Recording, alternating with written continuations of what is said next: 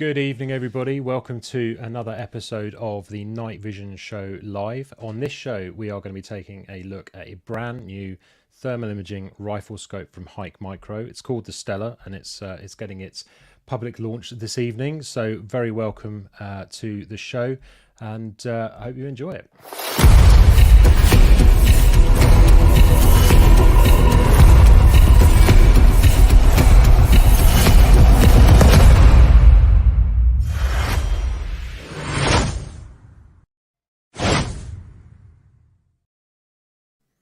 So, good evening, everybody, and welcome to the show. As I say, you're all very welcome. Hopefully, some of you will have seen the show before, but if you haven't, then this is a live stream. You can ask questions to the panel anytime you like by just adding a comment to either the Facebook page post or the YouTube channel, whatever you're watching it on.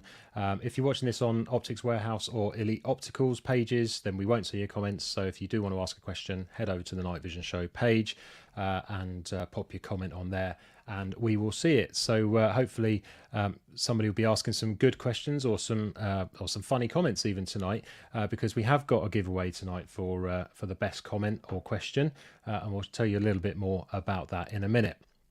If you missed our show a couple of weeks ago, we were talking about the HIKMICRO brand. It's a new brand to Scott Country International, who sponsor the channel.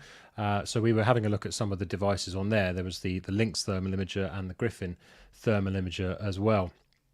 But tonight's all about a brand new rifle scope. It's called the Stella, and it's pretty impressive, and we've got some really cool people to talk to you about it. So joining me this evening is going to be Paul Childerley, who I'm sure needs no introduction, Robin Foxer likewise, and also Stuart, who joined us on the last show from Elite Optical Distribution, will be talking us through the product line as well. So before we get into the Stella and everything about that, if you were watching a couple of weeks ago, you might have watched a thing with Richard, who was watching the show from his hospital bed.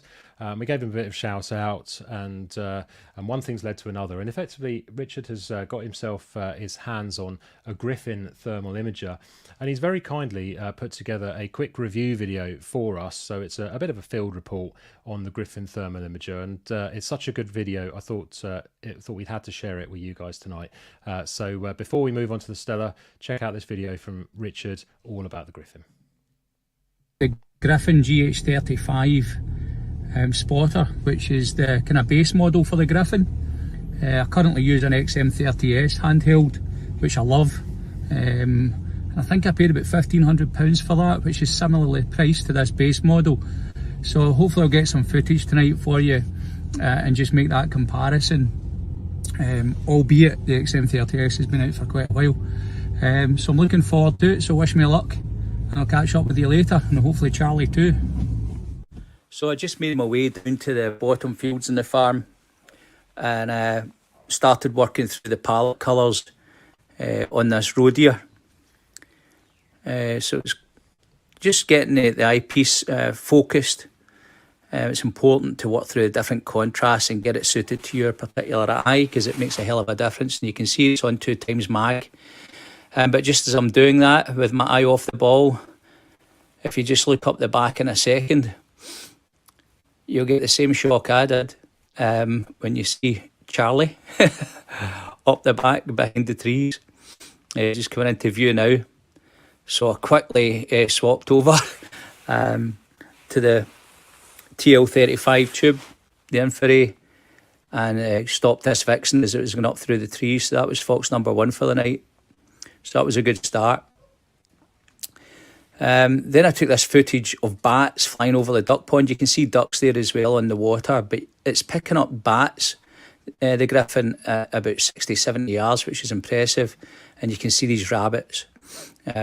Clearly not just blobs, which I must admit sometimes I get with it, the Pulsar XM30S. The Griffin seems to pick out the clarity much more. So really quite impressive. You can see that other rabbit in the distance, not losing any clarity in it at all, and it's about another 50 yards away, about 80 to 100 yards away. This one I took of a rabbit in the foreground, and then away up the back, which I wouldn't even know how far away that is, but probably 600, 700 yards, a couple of deer. And then caught it with a second fox, a dog fox. I managed to take that with the TL35 as well. Good solid shot. Another fox under control. So that was 2 for the evening, with the Griffin doing its job. Brilliant spotter. Highly recommend it. It's compact as well, which I love. I'll show you that later. This charging unit is really good detail on the charging process with the normal batteries there. And I love it because it's compact. That's the XM30S, which is a small handheld, and that's the Griffin in comparison.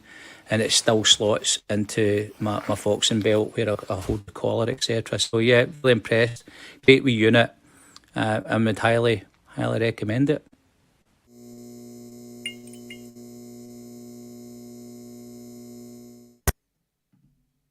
So thank you, Richard, for sending that in. Cracking video. The Griffin we had a look at on the last show, and cracking unit that it is too. But tonight, as I say, we're going to be having a look at this brand new thermal rifle scope. Now, to help me introduce that, I'm going to be bringing in Stuart from Elite Optical Distribution. So good evening, Stuart. Hi, James. All right? Very good, mate. How are you? I'm all right. All right. Your Good. connection seems all right now. So hopefully you can. Fingers see crossed. everybody. Yeah, Fingers it's great crossed. to see Richard's out of hospital and out shooting again. That's great to see. I know, it's great. It's great to see him up back on his feet, as it were. Yeah, I don't know whether that was just for sympathy last time. The whole I'm in hospital, send me stuff. But yeah, That was just brilliant. yeah, But, it really was. yeah. And Richard's he's just commented he's chuffed his videos included. So mate, you're very welcome. It was Awesome, yeah. it was a cracking video, so it was definitely worth putting in. So that's marvelous. So Stuart, thank you very much for joining us this evening. Obviously we're going to be talking about the Stella at length in a minute, but I'll just introduce our other guests this evening. So we've also got Paul Childerley. Good evening, Paul. Hi James, how you doing? All right? I'm all right, mate. How are you? Yeah, good, thank you. Yeah, all good. Good. End of another week, so, Good. So end of another. I know Friday night's the best night ever, right? Okay, so welcome, Paul. Yeah. You're obviously first time on the show, and it's really good to have you. And we've also got Robin Foxer, who has just joined us here. Robin, good evening. Hi James, hi everyone. How are we all doing? Good, mate. We're good. Yeah. So top team this evening. Lots to talk about with the HIKMICRO Stella. I know we've all got some varying experiences with it. Some of us have had more time than others, but we'll get into that in a little minute. So Stuart, I don't know if you want to just introduce Elite Optical as a company before we get cracking, because I don't know, everybody might not have heard of it. Okay, yeah. So we're a multi-brand distributor. So we work with the manufacturers and import the products into the UK. We also help to guide them to get the best features that UK shooters are looking for. We also provide the front line of support. So in the first instance, should you have a problem or should there be a pre-sales question, we're able to help the dealer. But I mean, Hike's just grown massively for us, so it's it's our real focus, and certainly a brand we're really proud to. Yeah, good stuff. So I have got a video from Hike to just introduce the company a little bit, and in terms of the sort of technology and stuff. So we'll just have a quick watch of that. What do you see happening in the world today? I sense that people are seeing exciting things in new ways.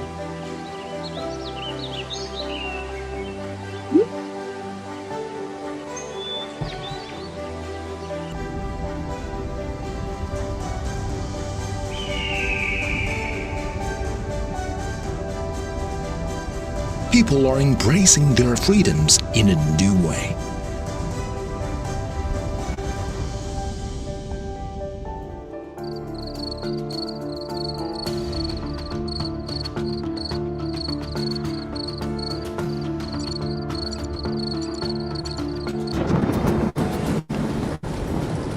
New ways to surpass themselves to become more.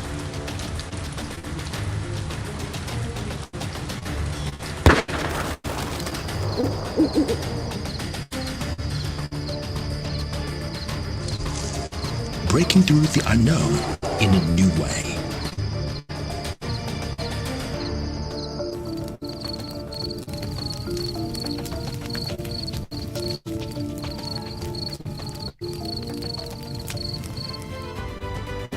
I witness that the world is beginning to see itself in a new way.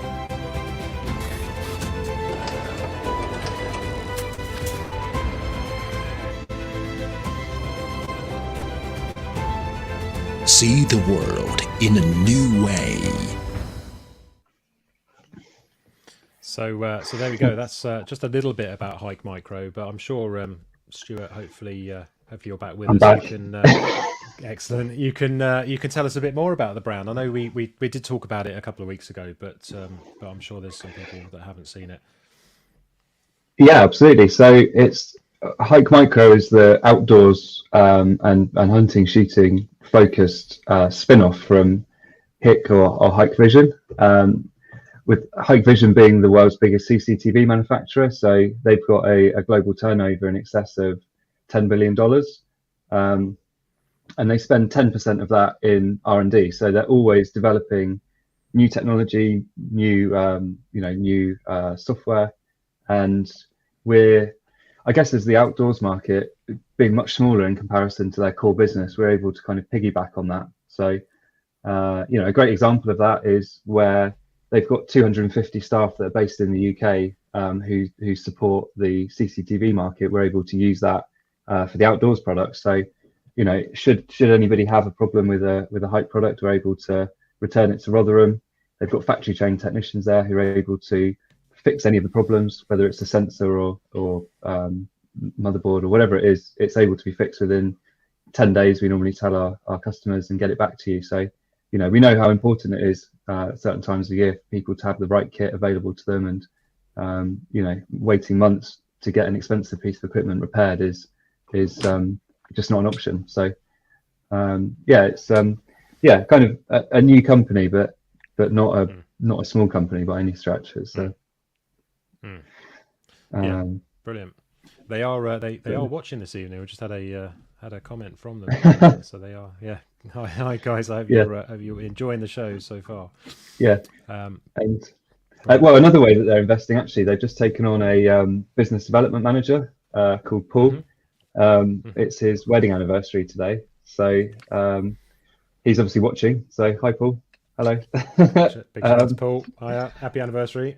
But that's just another example of how they're supporting us and helping us to get the products into people's hands. And so Paul will be visiting the dealers and helping them with training, but also helping us attend the Nightvision demo nights, put the products into people's hands, and really help people to fully understand what they're buying. And I think another advantage with HIK is the manufacturing power. So the price points they're able to hit with the products, and stock availability and stuff like that is also really good. So overall, great company to work with. Yeah, ideal. And of course, another way they get the word out is through social media influencers and reviewers and things like that, which brings me on to Robin and Paul, who are very patiently waiting quietly there. But gents, just Robin, what's your sort of involvement with the brand so far, and how's that been? So, I mean, so far, I think it's probably been 8-9 months. I think now, Stuart, you probably it was last summer, wasn't it? We brought you in, yeah. Yeah, that's right. And it's been incredibly insightful. I think I was always a big advocate, especially for nighttime shooting. I was very much in the camp of NV's the best thing to take the shot with, and thermal was for people with very deep pockets, and you were always looking at heat blobs. But HIK and Stuart, the team, very kindly sent me some stuff to have a play with, and so my little team, if you like, the gamekeeper and Rick, who I'm sure some of you have seen on the videos over the last few years, all of us were suitably very impressed straight away, you know, and I've been quite fortunate to play with thermal from lots of brands, really. But and the other thing I think from a moral point of view is I don't really want to kind of promote anything that genuinely isn't and doesn't represent good value for money, because you know, people are not going to thank me or anyone for that matter if you're telling them that a product's really good when the upshot of it isn't, you know. So for me, I've done a 360, you know, a complete turnaround with the way in which I view thermal now, and certainly over the last few months in particular, when I've been shooting and spotting with thermal, so complete thermal, I genuinely think it's kind of transformed the way in which I shoot. So I was super excited to see the new scope on the horizon, and I've been very fortunate to have been out with it a couple of times, you know, very recently. So I have some hands-on experience of the new Stella scope. I was a very big fan of the Thunder, to be fair, and certainly the Panther unit is the one I've had the most exposure to, and those units were phenomenal. So I'm very excited. You can probably see the Stella here. Currently sat on the rifle, so it's a good job the missus is out, because she'll do a nut if she sees that sitting on there. But yeah, I'm genuinely really excited for getting out with this, especially come the end of harvest as well. So I think we've got some exciting times ahead, and hopefully, you know, you'll certainly see it feature a lot. I'll do a more in-depth review on my channel, but you'll certainly see a lot appearing on social media over the coming kind of weeks and months. Yeah, brilliant. And Paul, so coming to you, you're obviously part of the HIKMICRO team as well. How's that working out for you? Yeah, good really. I joined the team back in November, I think it was. Again, similar to Robin, really. I've tried so many different units. You know, I was saying to Stuart the other day, you know, how I started out was camping out with my dad in front of a release pen with a lamp, which was made out of a car light and a 12-volt battery. So seeing that right from those days, my mum used to go, hate it because obviously it was a school night, going right the way through to now. For me, it's practicality, and practicality means minimal timeout, maximum sort of like results. So you know, and that's what it's like leading to at the moment. So it's great. That's a great way. So if you haven't had a car battery, if you haven't had a car battery strapped around you, can you describe yourself as a night shooter? Because I don't think you can. No, you got to start at the roots. You know, of course you have. I mean, being honest, I admire the guys. I mean, I've got guys that work for me and guys that are volunteers. And Sam, my main head keeper, he does a lot of hours in the daytime, so I can't expect him to be out until 3 o'clock in the morning. So his time out is you know, out when we know we've got a problem on a release pen, or where we got a problem with a fox killing, get the job done and home. But I've got two other guys which are sort of like the guys that spend a lot of time in areas which, you know, without them, it just makes the job so much harder, because they're picking up the foxes that are coming into the estates a lot later on, which you don't see unless you do that long haul of time out there in the field. Yeah, excellent. So we have got before we get right into the products, I think we sort of teased everyone long enough, but just before we do, we've got a couple of giveaways to talk about. So the first one, I did mention earlier, was going to be just a very quick giveaway for the best comment or funniest comment of the evening. So crack on, guys, if you've got something funny you want to say or any observations. No, try not to be too abusive, unless it's aimed at Paul, obviously. But anything you want. And I'll take Robin, one for I believe the team, you've got fine. the. You take one for the team. That's it. I heard that about you. Anyway, so yeah, Paul, Robin, you've got the prize next to you. I think I could just see the. I've got a big ass goodie bag full of hike goodies here. So yeah, so someone needs to win this, because it's getting in the missus's way. Excellent. So if the good news is that anybody who's going to be at the Northern Shooting Show on the Sunday, if you win that prize, you'll be able to collect it from Robin there. If not, I'm sure we can find another way of getting it to you. So that's great. The other giveaway that you may or may not have seen on the Nightvision Show page so far is actually for one of these scopes.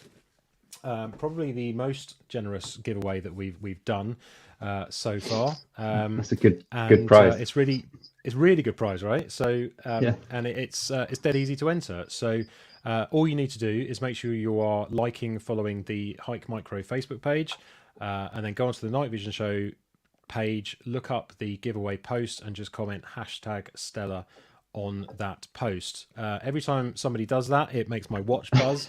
So I know that it's busy. I know there's a lot of entrants, and it's driving me crazy. So please just enter so we can get this done and my watch can stop buzzing.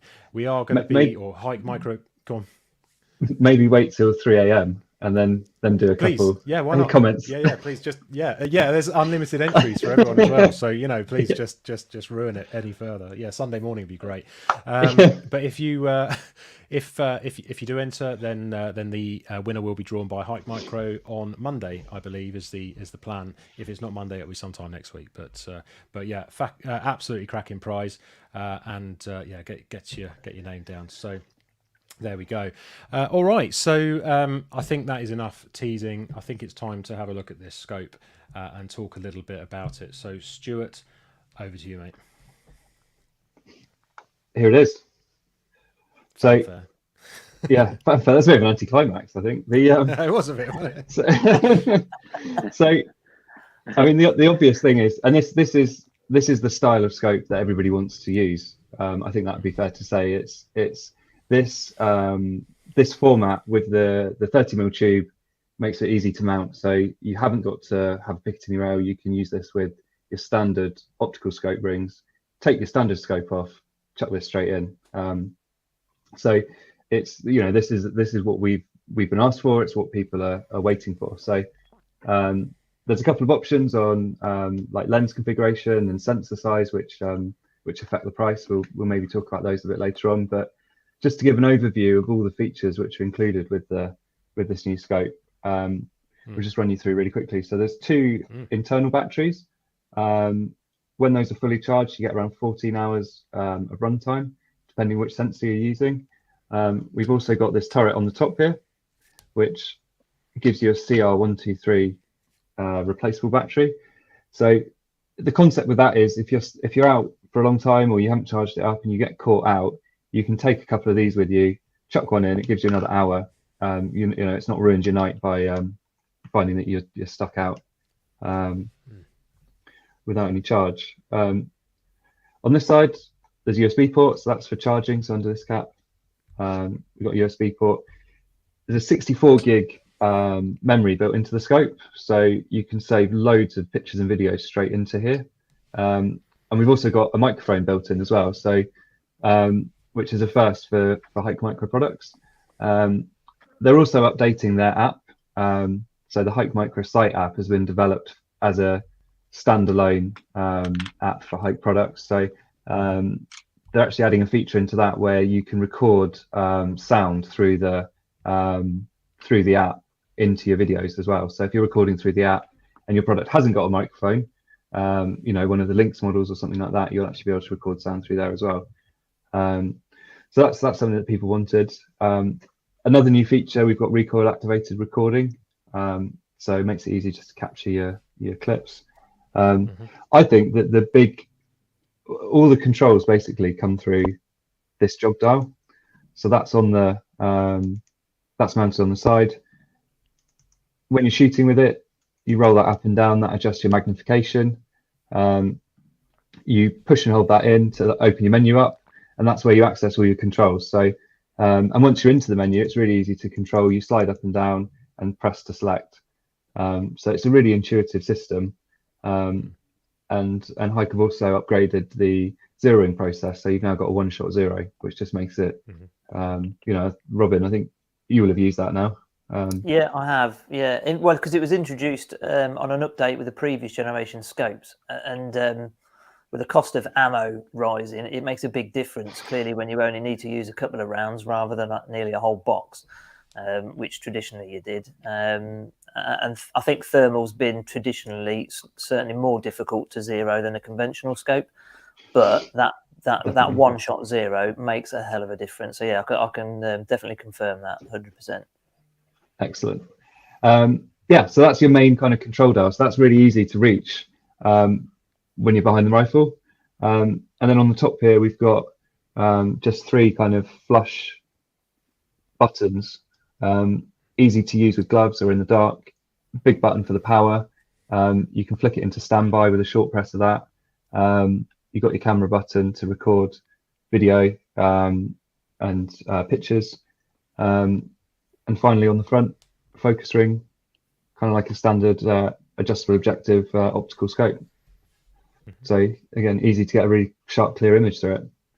And the eye cup on the back, that comes off. So if you prefer shooting with a more conventional looking scope, you can just pop that off, and that's it. So yeah, for us, and this is where you see that development budget in action. You know, we gave Hike a list of what we wanted when we first started working with them, and you know, this was the top of the list. And it's things like the recoil activation, the microphone, those little touches that people really appreciate, and you know, to see them come through so quickly, it's really great to see. The battery life's immense as well. That's one biggest notable difference as well, apart from the physical attributes that the scope offers. You can just see mine behind me here. It fits in the cabinet so much easier because it's a lot of a narrower profile, but then you can quite happily go out all night foxing with it, knowing that you're not going to run out of battery power, which you know, is a huge thing. You're not going to carry extra kit with you. So yeah, that's a massive plus. Yeah, and well, I mean, coming back to Hike's or Hike Central ethos to make thermal affordable for everyone. You know, they offer this in 4 specs, but you know, the top spec is comparable to any of the top products from any other brand, but they're hitting price points which make thermal a lot easier to achieve and to get on board with. So yeah, it's a really exciting time to see this develop and to be able to launch this onto the market. Definitely. So we've had a quick question on the scope itself. Obviously, it comes in a different specs and ranges, but the question is, what's the key difference between the SH50 and the SQ50? Okay, so yeah, the difference is the sensor. So the SH uses the 384 sensor, the SQ uses the 640 sensor. Because they've both got the same focal length, the 384 actually gives you a higher base magnification, but the resolution, the image quality is lower overall than the 640. So I think we actually talked about this in the last show, and it's the same principle as a fixed focal length camera. So one of the common misconceptions is that when someone says it's a 50mm, they're talking about the physical lens size, but they're not. They're talking about the distance from the lens to the sensor, and the reason that's important is that's what defines your magnification, along with the physical size of the sensor. So your 384 sensor gives you higher base mag because of the way the image is focused onto the chip.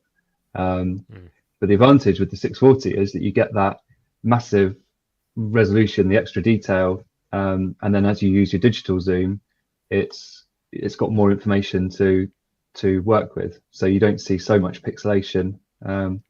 So yeah, and so if you then compare that to a 35mm, just to take that the next step further, so for the UK market, we focused on the 50mm models because they give you that higher magnification either from the top spec sensor or the 384 mid-range sensor.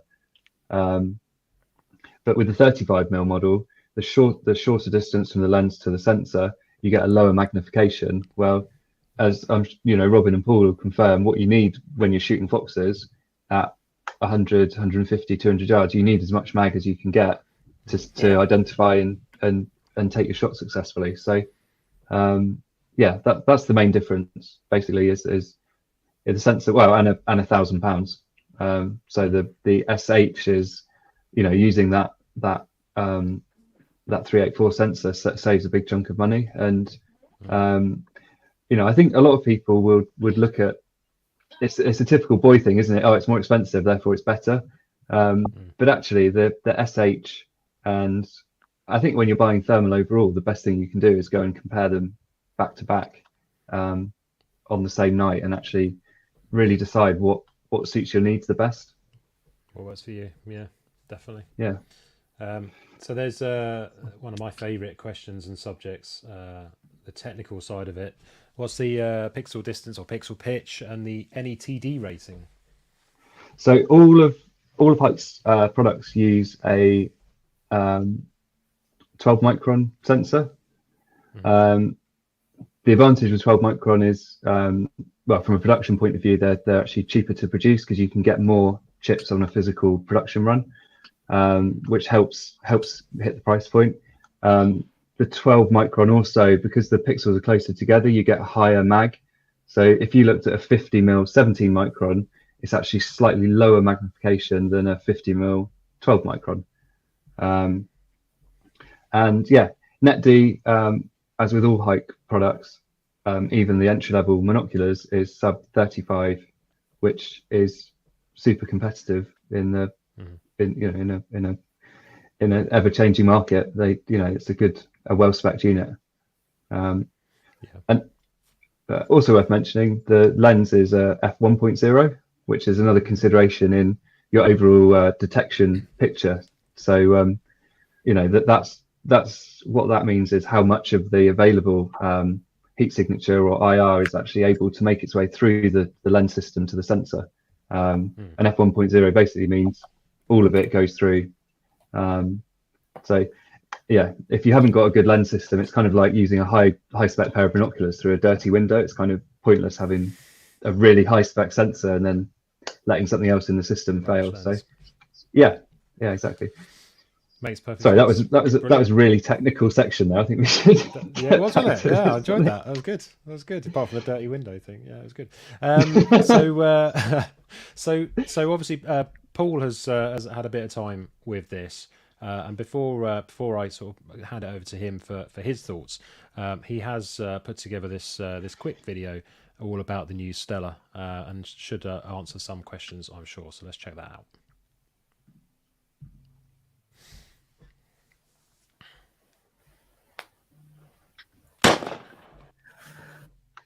Hi, I'm Paul Childerley from Childerley Sporting. It's my own company, which I've been running now for 13, 14 years. Predominantly game shooting with stalking as well. We do a lot of range days, a lot of rifle work, and generally anything to do with game shooting and stalking I cover. Today we're here looking at the new HIK thermal. It's the Stella. I've been shooting it for the last couple of weeks, and yeah, it's a brilliant bit of kit. Straight away, the first thing for me was it's a 30mm tube. Absolutely perfect for setting up on the rifle. So the advantage with this style of scope is easy to mount. You can just drop it straight on, and it's easy to get the correct eye relief as well. The thing I really like about the Stella is the image quality. It's not just actually looking at the animal you're trying to shoot, but it's actually its surroundings. It's grass, trees, hedges, and which is really important on night shooting. Is you can see exactly what you're shooting, but also it's for safety. So you can see if there's other animals in the vicinity. You can see exactly what backstops you got. So it's actually the clarity. It really plays a part in this scope.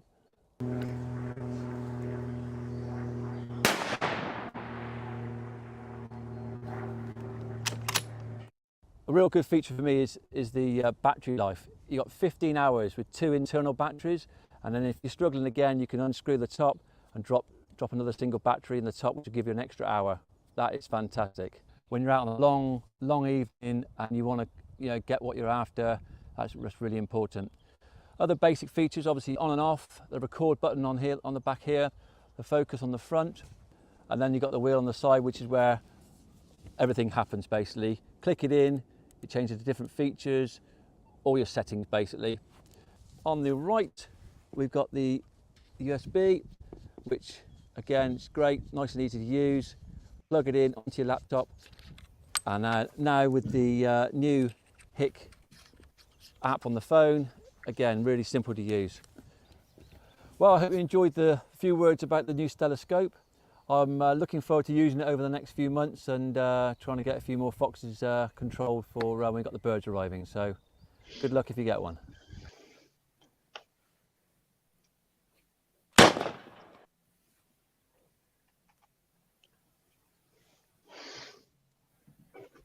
Marvellous. Thank you, Paul, for that. That was really useful, actually. A lot of sort of practical points about the advantages of the scope. But I know you haven't had a great deal of time with it, but what are your thoughts, mate? You hit it on the head, really, by saying practical, because all my bits of equipment I use is basically practical stuff. I'm not really into all the bells and whistles. I want something that I can stick on easy, works, something I can actually work in the dark. I haven't got like too much complication and get the job done. And obviously, basically, you can see what you're like, shooting at.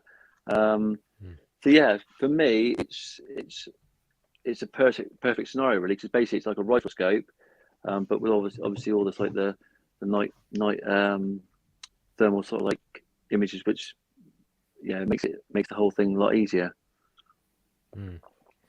Yeah, and I mean, obviously you're not restricted to foxing or anything like that. Really, you can use these thermal scopes for pretty much anything now. Obviously, subject to daylight hours with deer and things like that. But they are a tool, aren't they? And for people doing pest control, like yourself, like your keepers, they're completely invaluable, aren't they?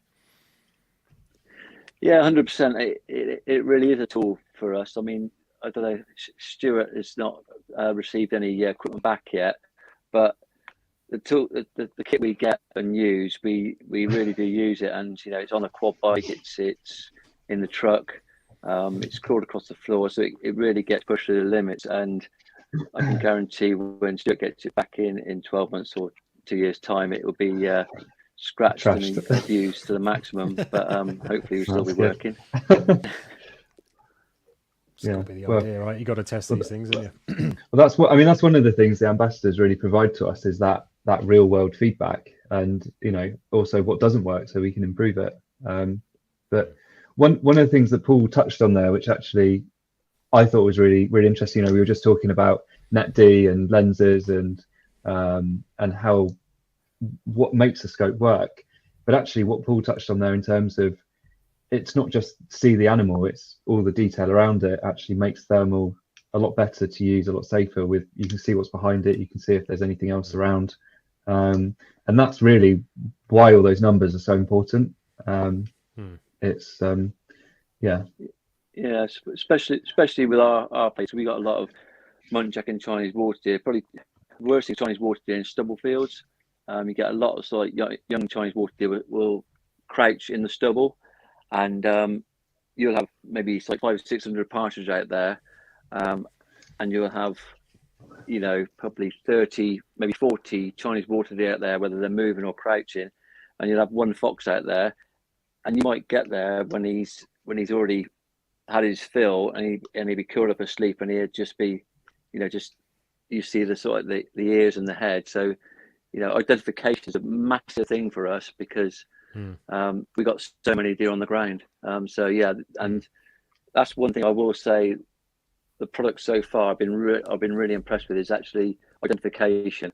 So yeah, if you ever do a night vision evening, you'll see the amount of deer, and you'll see how important it is to identify sort of the difference between what you're after. Yeah, brilliant. So we've had a question from Tim, who's asking. I just need to find my cursor back here so I can get this to work.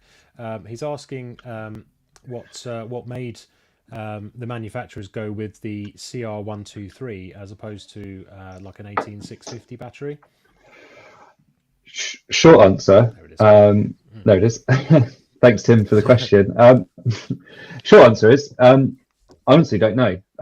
My guess is that it's more of an aesthetics thing. So in order to maintain the traditional look, they wanted to keep a more compact turret. I mean, we are just investigating, as Robin touched on, with the Thunder, which is powered exclusively by CR123s. We're actually looking at adding a battery extender. So I would think it's something that may become an option for this product as well, to have a, I don't think the 18650 is the same diameter, so there is a bigger version, but I think it's absolutely to maintain the look of a standard scope, and realistically it's only there as a backup. So if you have to, I've used it several. I've not even bothered putting the extra battery in it because I've been out with it for hours and hours and hours and just not needed it. So well, yeah, exactly. So there's another reason, it's just not needed. You don't need it, yeah. And the fact that it's got a low profile turret, again, it just goes in the cabinet so much easier. You know, most gun cabinets are not designed to take a rifle with a real deep scope on it very well at all. So from a practical point of view, that scope fits much easier in the cabinet than any other thermal scope I've tried so far. So yeah, perfect. Well, and as Rob, I know Robin used to run your Thunder on a USB power bank. It's worth mentioning this would also run on that, or you can get a bit of charge into it quickly while you're driving around, or it's I think, as Robin said, probably actually hit the nail on the head. It's just not needed. Yeah, you don't need it. Yeah, I kind of guess that might be the case, because it's just a backup, isn't it? It's that 1 hour extra bit of time, but when you've got 13 or 15 hours runtime on the actual unit itself, as long as it's even half charged, you've got a good night out, haven't you, really, with that? Yeah, no, exactly. Yeah, good. It's well, 14 hours in one night. I mean, you've got the standby as well, which obviously will help extend that. And that's impossible, isn't it? How can you do a day's work after that, Robin? Yeah, I've got a desk job. work from home. Yeah, I wish. Yeah. Okay, so that's good stuff. So Robin, you've I think you're the guy with probably the most experience on the scope, sort of sat behind it and actually using it in the field. What's been your experience with it? Well, much like its predecessors, my experience with it so far, I mean, and Paul touched on the point, you know, if you're out in the field, clearly you need to be safe. And I think my kind of ultimate feeling is that it feels safe to use, which is it's a big thing. You've got a great field of view. I wasn't a big fan, if I'm honest, at first, of the picture-in-picture. I thought it felt a little bit cluttered, but you know what? Certainly the last couple of times I've used it, I've had that on, and I think actually that aids, because it gives you the best of both worlds. Really, you can still retain a nice big field of view, but you've got your zoomed-in picture in there to be able to kind of use to take the shot, and that's so. I'm still evolving with it, if I'm brutally honest, and I think that's the beauty with it. It kind of allows you to do that. I'm a big fan. I make no. I don't kind of hide the fact that I prefer the black hot pretty much over everything else, because I think it just gives the best contrast. I know my good friend Dwayne, who you'd have seen in some videos, he's a big fan of the kind of psychedelic fusion look. But again, that's another good point. You've got options. You know, it's not a one-trick pony. It's kind of got a bit of something to suit everybody. Adjustable eyepiece, the super smooth focus at the front. And to be fair, when you're out, I tend to probably use that more than most, because I'm trying to make sure it's as in focus, mindful that I'm filming stuff generally to post. But if you just wanted a tool to get out there and turn on, again, another great feature, instant turn on. So you can put it into standby just by literally tapping the power button. And then, I have mine in the footwell of the truck usually as I'm driving around with a keeper. And then we, come across Charlie, bang, touch the power button, it instantly turns on. You don't need to really mess around with the focus, because real small adjustments, you can be, you've still got good focal length at quite some distance. And yeah, you know, you can take the shot nice and easily. That activated recoil activated recording, an awesome new feature. And then again, for the first time, we've now got sound recording, which again, for myself as a content creator, is a big plus as well. It's pretty much everything I asked for of the very first time I used the thermal scope, you know. And as Stuart touched on earlier, it's the great thing with Hike is they're continually developing stuff as well. Yeah. So yeah, all my experiences so far, you know, really positive. And you know, that's not me just saying it to blow smoke up Hike's backside, but generally speaking, it's an impressive bit of kit. Yeah. Yeah.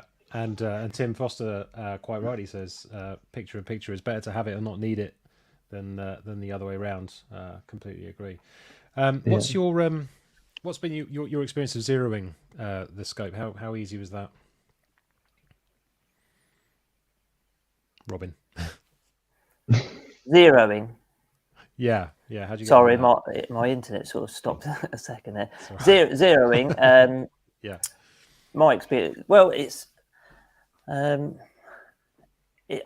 for me now, I suppose it's second nature. It's not something that's at all difficult.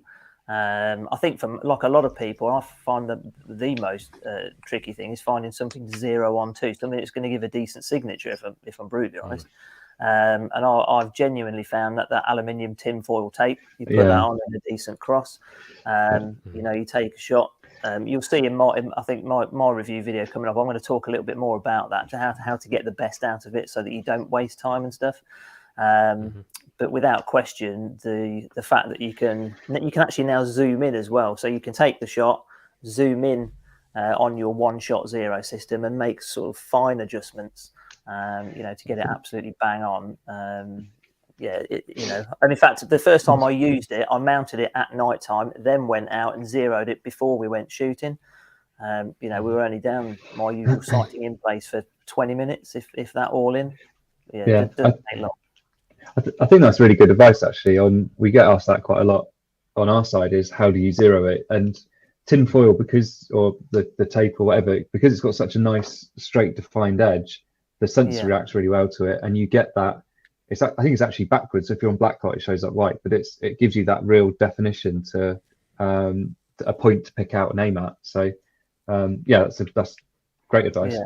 And everyone will see as well from the footage that I'm able to gather, and other people as they start using it and posting it. Really, really clever feature is the fact that the scope changes the pixels to the opposing colour. So what I mean by that is if you're on black hot and your animal comes into view, you know, your fox comes into view, and you've got a black crosshair, the crosshair turns white over the black. And that does one of two things. It means you can see the crosshair, it's really defined. Moreover, you know exactly when you're on target because the colour is different to the rest of the crosshair. So in a sense, it makes it quite difficult to not be on target. It's probably a really naff explanation. It's easier to see it in the flesh, but it's a really clever piece of the scope's technology, like I say, where it just flips the colour of the pixels round so that it makes your crosshair more defined. So yeah, dead easy. Yeah, it's a bit like playing a video game in some respects. Yeah, I know what you mean. Because the I think it was the Griffin LRF. The crosshair for the LRF on that does the same thing, and that it's a weird thing when you first see it. You're like, why is it doing that? And then you realise and then I think, you know, for me when I was testing the Griffin, and I found the crosshair was changing colour depending on what was behind it. It makes you realise just how clever this stuff is becoming, because it can tell what's actually in front of you, the colour, the contrast, and rather than make life a bit difficult so you can't see that crosshair, actually by changing it, it's just that user experience, isn't it? That's what it's all about, as we keep saying, I think. So, yeah, good stuff. So, before we sort of wrap up the conversation around the Stella, we also got the Stella scope into the hands of Mark Ripley as well, 260 Rips as he's otherwise known. So he's put together another short review video for us, so you can see his thoughts on it as well. So check this out.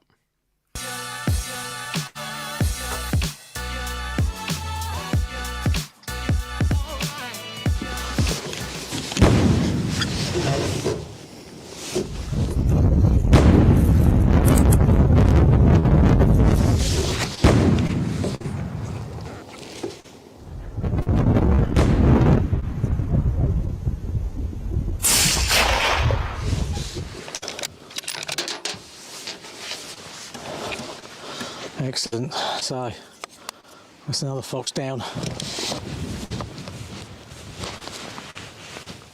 There we go. The vixen. Great. Another one down.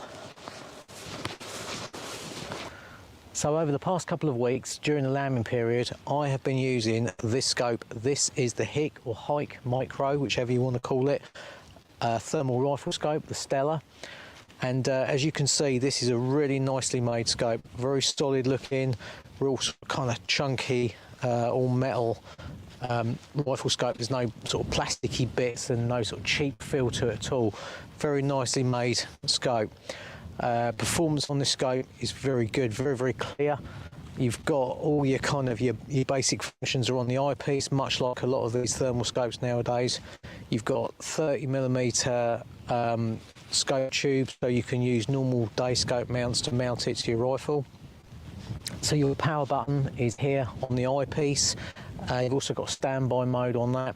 You've got your record button. You can also take photographs. All of this is saved to the internal memory on the scope. And you've also got your colour palette mode there. Now, power source is via an inbuilt battery, which you can charge under this cover. And you've also got, in this top turret here, a battery compartment which houses a CR123 battery. Now, be warned, if you use a CR123 batteries, you really want to be using rechargeable batteries or a power bank, which you can run through here as well. If you use just standard batteries, you're going to get through them pretty quick. They last about an hour, so you don't get all that long, and they're probably £3 or £4 a pop. So ideally, you really want to be running that off a power bank or a rechargeable battery. But in all honesty, the battery that's built into the scope is more than adequate to last a normal night's foxing. There's also a very nice smooth zoom function on this, which is the side wheel on the other side here, and that allows you to zoom in and back again. I believe it goes to 8 times zoom, if I remember right. To focus the scope, that's on the front here, a lot like standard day scopes. You've also got a nice robust looking front lens cap. So the scope itself is very straightforward to use. I've zeroed this in just a few shots. It's got the freeze function as well on the zeroing settings, so you can freeze the image and then move your impact point to zero it as you do. I won't go into too much detail about that because you kind of have to read the instructions. It's kind of hard to describe in a video, but yeah, it makes that a lot easier. You've got 4 colour palettes on there. You've got white hot, you've got black hot, red hot, and there's a fusion mode on there as well, which is kind of like a psychedelic-y sort of image. I found it probably works best on either white hot or black hot, depending on the background. You'll also notice on the scope you get quite a high level of definition in the image. It's not just like a white or a black silhouette, or certainly not when it's at kind of sub 100 yards. Obviously the further you go out and with a higher magnification, then it does tend to get a little bit grainy, as you would expect from most thermal or night vision scopes. I must admit, I do tend to use this on quite high magnification. I really love that zoom function. I get a little bit carried away. I love to zoom right in on the target, and so it does go a little bit pixelated, but that said, it doesn't stop you precisely aiming your shot. So having had this only a couple of weeks, I've only probably shot out to probably about 150 yards. I haven't really found a need to go much beyond that, to be honest. What we've been doing around the lambing fields now, it's generally a lot sort of kind of closer in work, and being that it's a thermal scope, that's kind of the beauty of a thermal scope, is that foxes have no idea you're there, so you can get right in close. So that's basically a very quick overview of the HIK Stella thermal rifle scope. I'll leave you with a bit of footage now so you can just get a gist of how good the scope is. And for more information on this scope, including its specs and everything else, visit www.scottcountry.co.uk.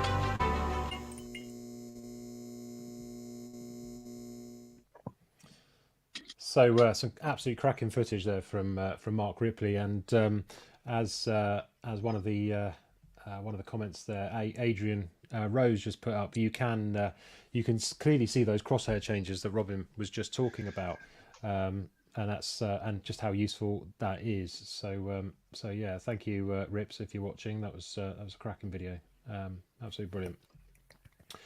Big round of applause. So a couple of questions while that video is playing. So first one from Johannes. Can you power the Stella with a power bank? I'm pretty sure the answer to that one is yes. Yep. Big nods from everybody. Definitely. Yep. There we go. Yeah, Okay, Stuart Blair has asked a question. Stuart, you did ask this earlier. I'm sorry we haven't got to it yet, but it's a bit of a big one, so I'll put it up there. With the thermal technology moving as fast as it has over the last 5 years, what do you see the next step in thermal technology, and what is the funniest tale that you have while out foxing or hunting? Who wants to take that one first? I've seen some rare stuff when I've been out shooting at night. Have you? Oh, okay. Well, let's do that. Let's cover that. Go on. Well, yeah, it does. I suppose it's. Are we past the watershed yet? What time is it? Well, yeah, it's. I'm sure everyone can imagine the kind of things that we get to see when we're out and about. But on more than one occasion, we're bumped into people doing some pretty kinky stuff while out and about. So I'm going to leave it there. I'll leave that one up to your imagination. But we've definitely interrupted some stuff and things going on. Down the farm. When you say interrupted, well, I don't mean we joined in or anything. That's what I mean. Intervened is the yeah. Yeah, I know what you mean. I haven't seen it myself, but there was a video, thermal video I saw I think last year. There was a couple on a I think it was the bonnet of a Lada, which was I think the most impressive thing about it. You just don't see those cars anymore, but there you go. So yeah, there you go. So technology wise, yeah, quite. Stu, what do you think the next step is likely to be? So I think in terms of resolution, actually, we're probably at a good point. There are thermal sensors in development which are like 1,000 by 1,000 pixels, but you then need a lens like VIG to actually get magnification through it. So I don't know that although that's going to happen, I don't think it's useful for our industry and for what we're using it for. But where I think like the Griffin, where you've got that optical and thermal in the same product, I think probably that's going to be a lot more useful. So that as that technology develops and gets refined and improved, to either have, as Robin said, lots of people want to shoot spot with thermal, shoot with night vision. If you have that in the same product, in a scope, I think that would be a game changer. And I think probably you'll see the net D drop, and you'll see probably higher magnification thermal systems come through. But it's that's all kind of. I think the revolution is the fusion. Probably in 5 years, that will be the thing, or it'll be something we've never invented. It'll be a levitating scope, or there'll just be something completely game changing that comes up. But I think.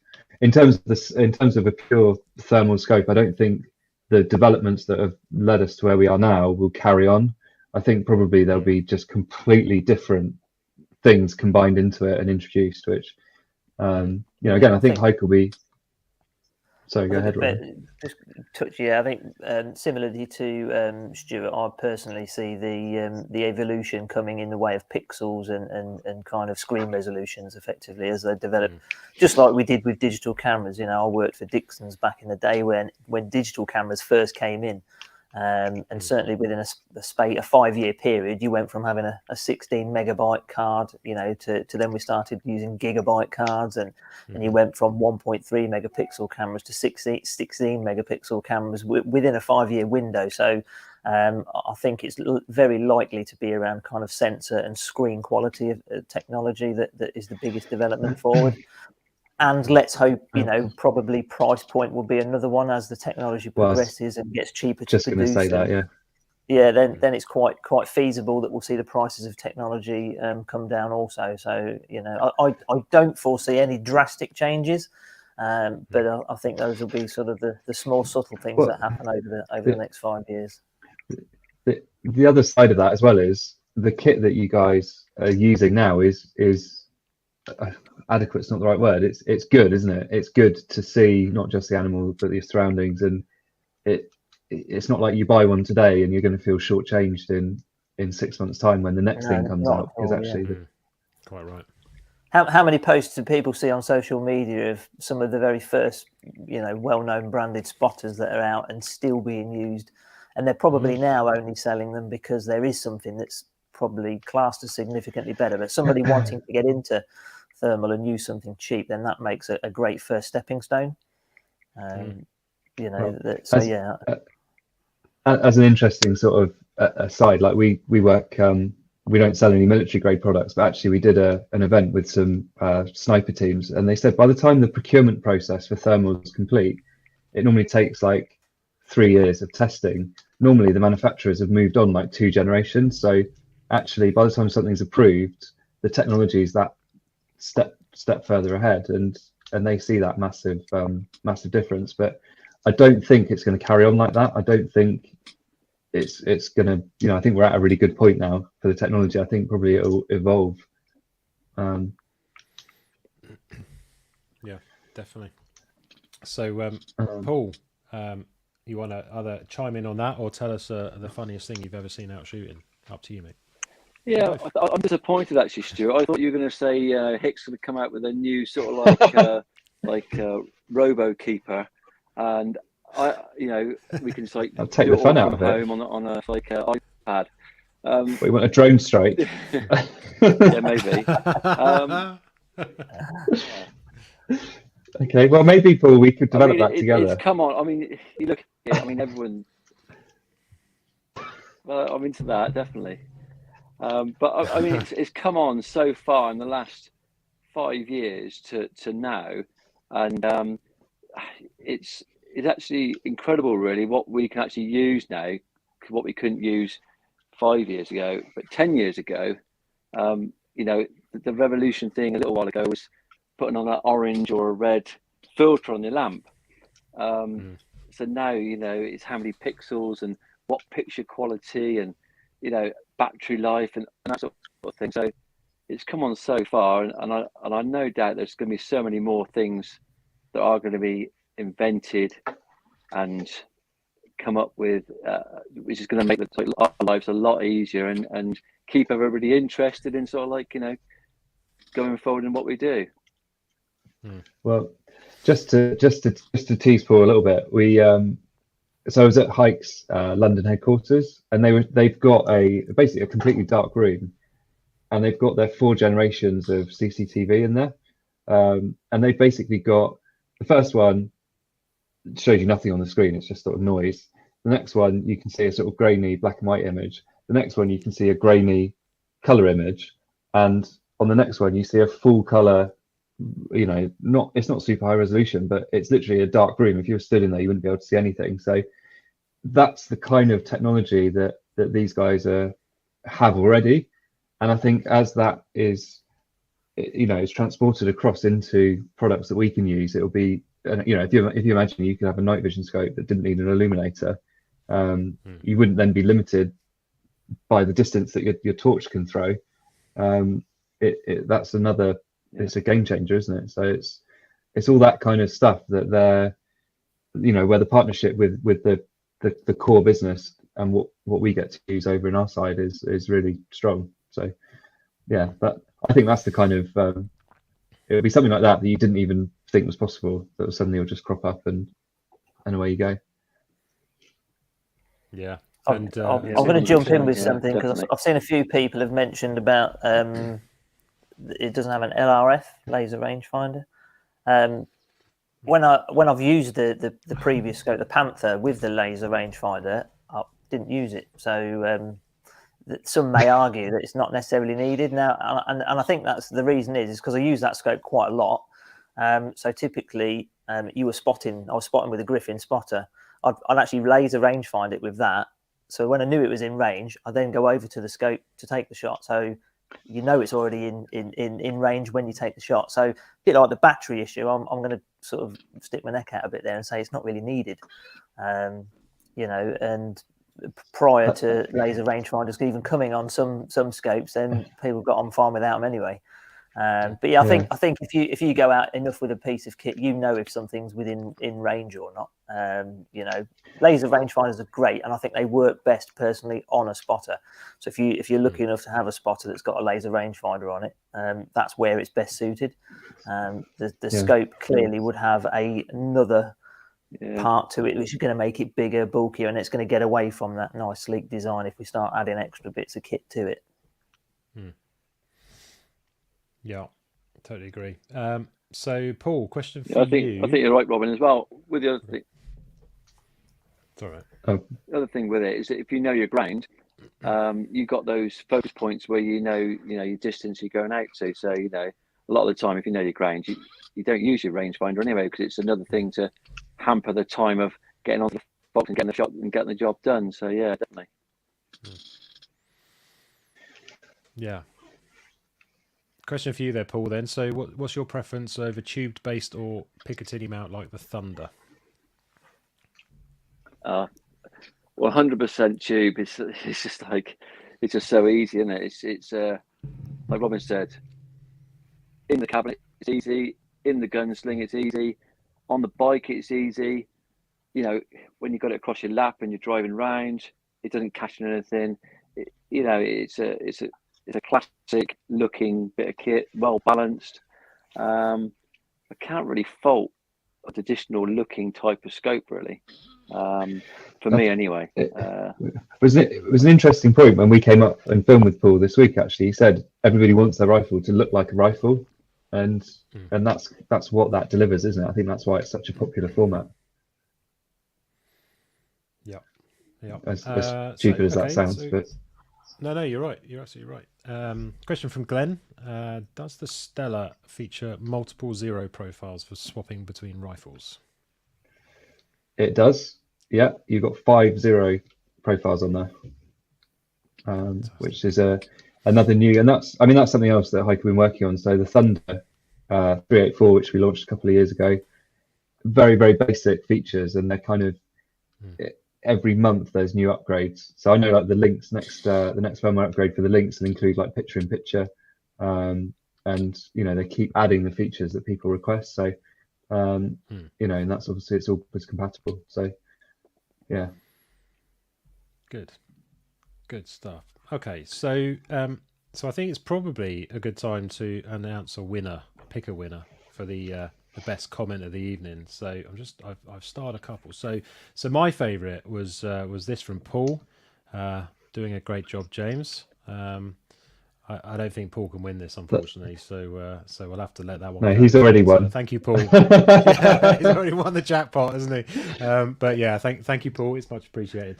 But he'll have a car full of HIK promotional stuff very shortly. In his section. Bless. Yeah, he won't be able to get rid of it. But I'm going to pick my favourite comment of the evening is going to be is Ian's comment here. If Heineken did thermal, I'd still rather have a Stella. There we go. That's my favourite. Brilliant. So Ian, well done, mate. Thank you for that comment. Very good. If you could, that's decent. If you could drop us a message on the Nightvision Show page, we'll put you in touch with Robin, and we'll get that huge bag of goodies to you, or if you are at the Northern Shooting Show, you can meet up with Robin on the Sunday, and he'll hand over to you there. But that's awesome. So well done for that one. Okay, so I quite like the one Paul. about Paul being James Bond, the next Bond.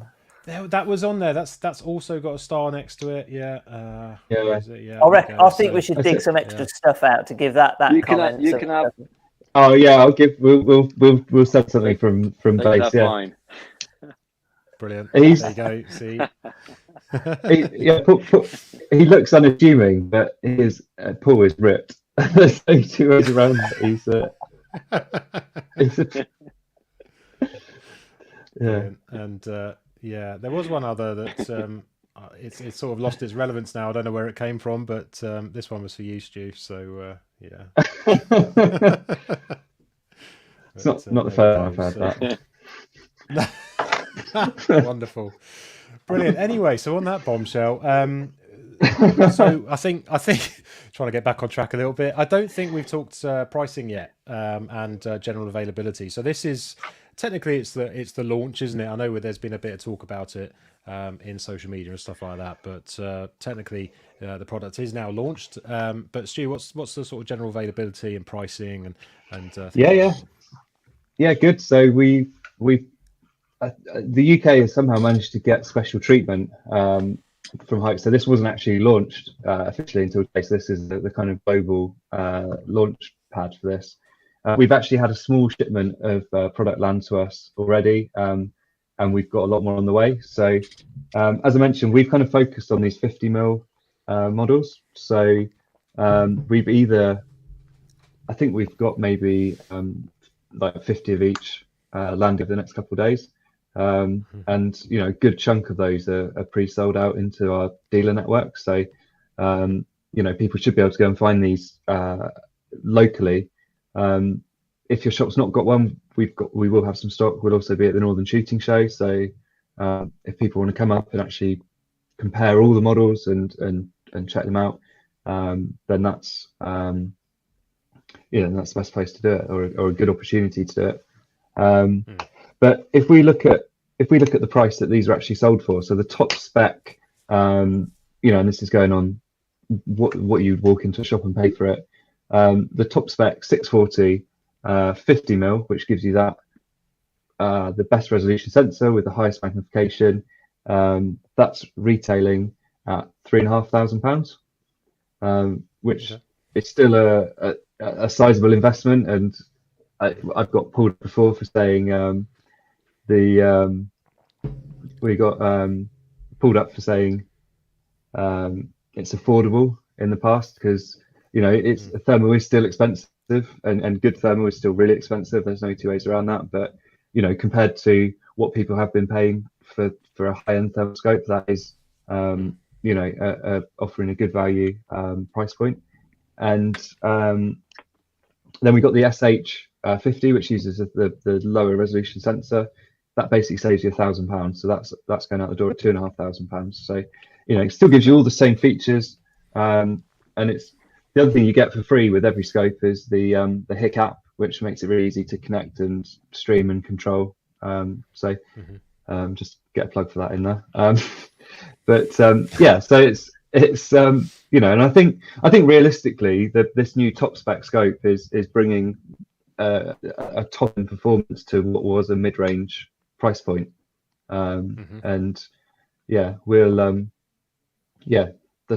Basically they're available to order now. So they're online with Country, Optics Warehouse, Settings, and in your local shop basically. We'll be at the Northern Shooting Show next to Scott Country. We'll be taking the full sort of range of demo stuff, so people can come and compare this against the Panther. They can check out the LRF, see if that's a useful feature. We'll have all the Griffins there. So yeah, come and say hello. We'll probably have some giveaway stuff. You could look like Robin with a hat like that, or we'll hope not.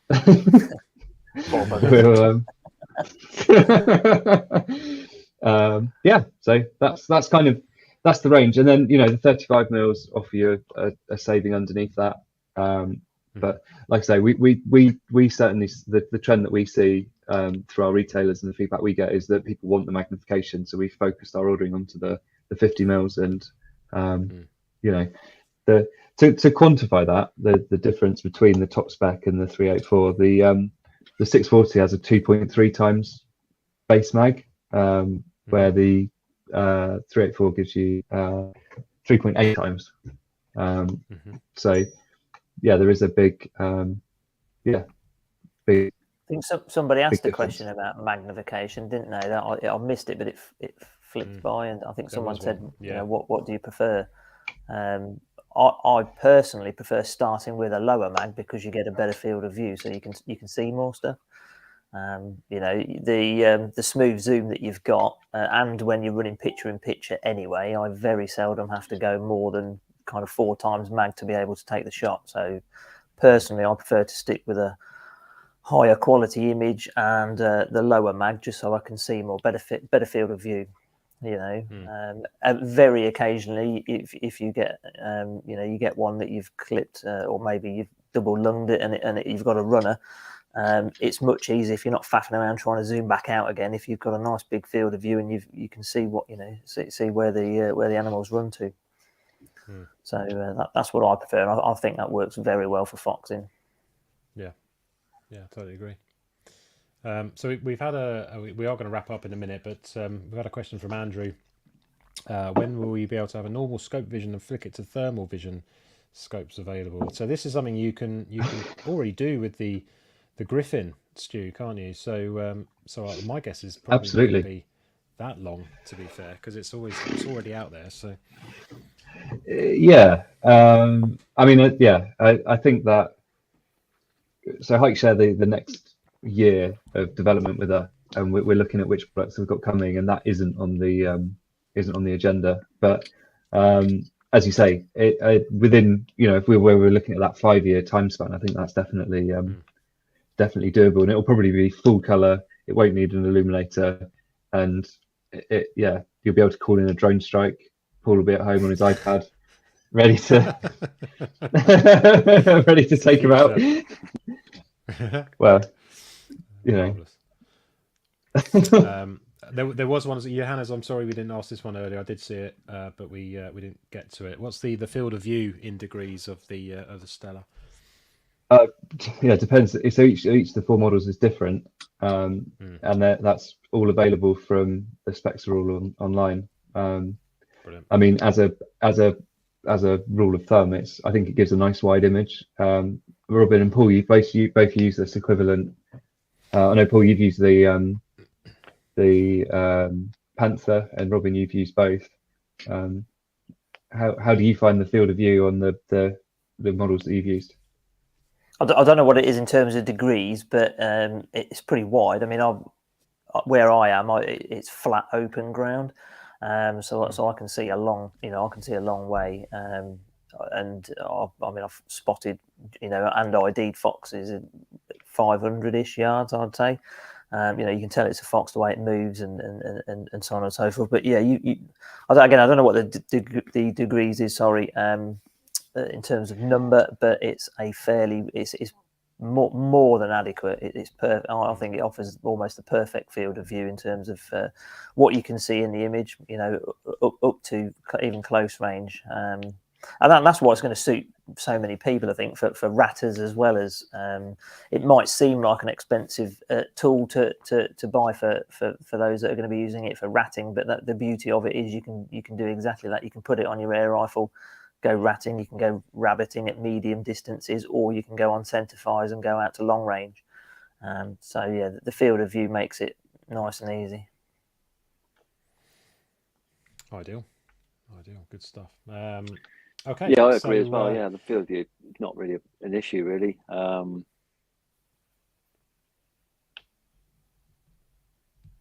Yeah, I'll Go on, James. sorry, I'm just done. looking at the. Sorry, mate. I was just looking at. Sorry, Paul backstage has got us some specs. So 8.8 degrees by 7.03 degrees for the SQ50, and 5.28 by 3.96 for the SH50. There you go. So there we have it. That's that. Okay, great stuff. So thank you very much, gents, for that. I think we'll wrap it up there.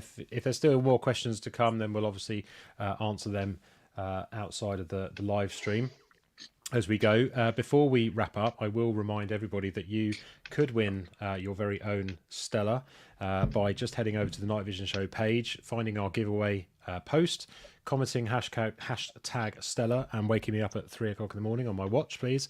And also go over to the please do, yeah. Go to the HIKMICRO page and give them a follow as well, and you'll be automatically entered into that competition. Winner will be drawn, I think, on Monday, maybe later, but certainly next week anyway.